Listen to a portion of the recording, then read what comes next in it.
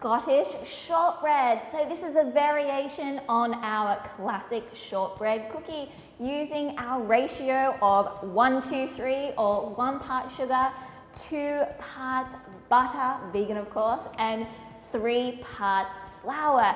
Now the difference with a Scottish style shortbread is it uses something called rice flour, and the rice flour in this recipe changes the texture of this type of cookie, or as we call it, biscuits. So it's going to give it a more crisp and also sandy-like texture. If you haven't seen Scottish shortbreads, I'll stick a picture up there for you now. They are often served in fingers, or sometimes a special press is used to create some beautiful designs like thistles and lots of other different types of patterns. They're often given as gifts at Christmas time, and they're so easy to make. With your Scottish shortbread, cookies, biscuits, same as our other type of shortbread, is we always want to start off with creaming our sugar and our vegan butter. So I've gone ahead and already done that. If you haven't already watched the video on the fundamentals of creaming, you can go and check that out now. So that's already done. Now I have here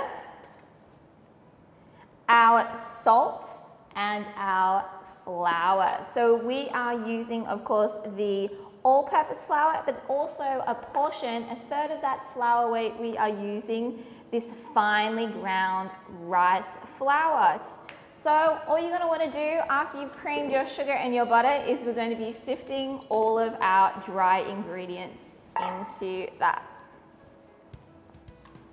And if you like your Scottish shortbread nice and buttery like myself, I am a Mackenzie after all, we're going to be adding some vegan butter aroma. Totally optional, but it does give it a really nice flavor. So I always like to add a little bit extra.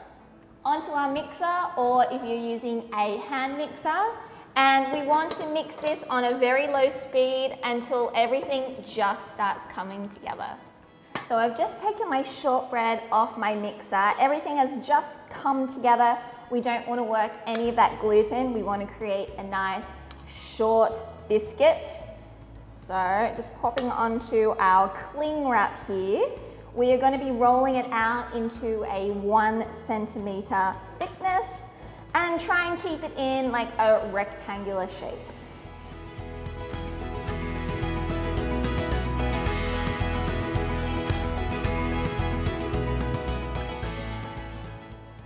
Once we have our rectangular shape, we can peel off that cling wrap gently. And we're going to sprinkle the top with some caster sugar or fine white sugar. Cover it back up with our cling wrap. And I like to gently roll this just so that sugar starts to stick on the top.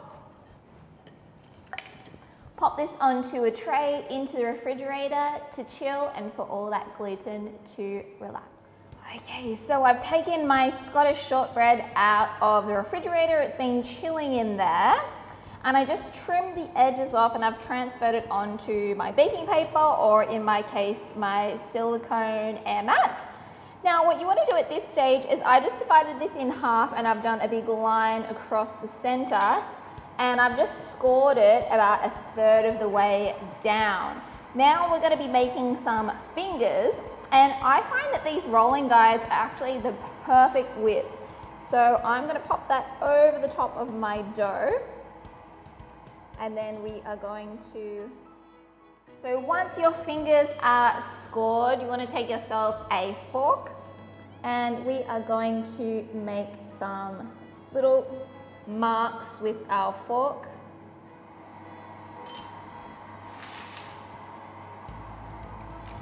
Onto your baking tray and into the oven.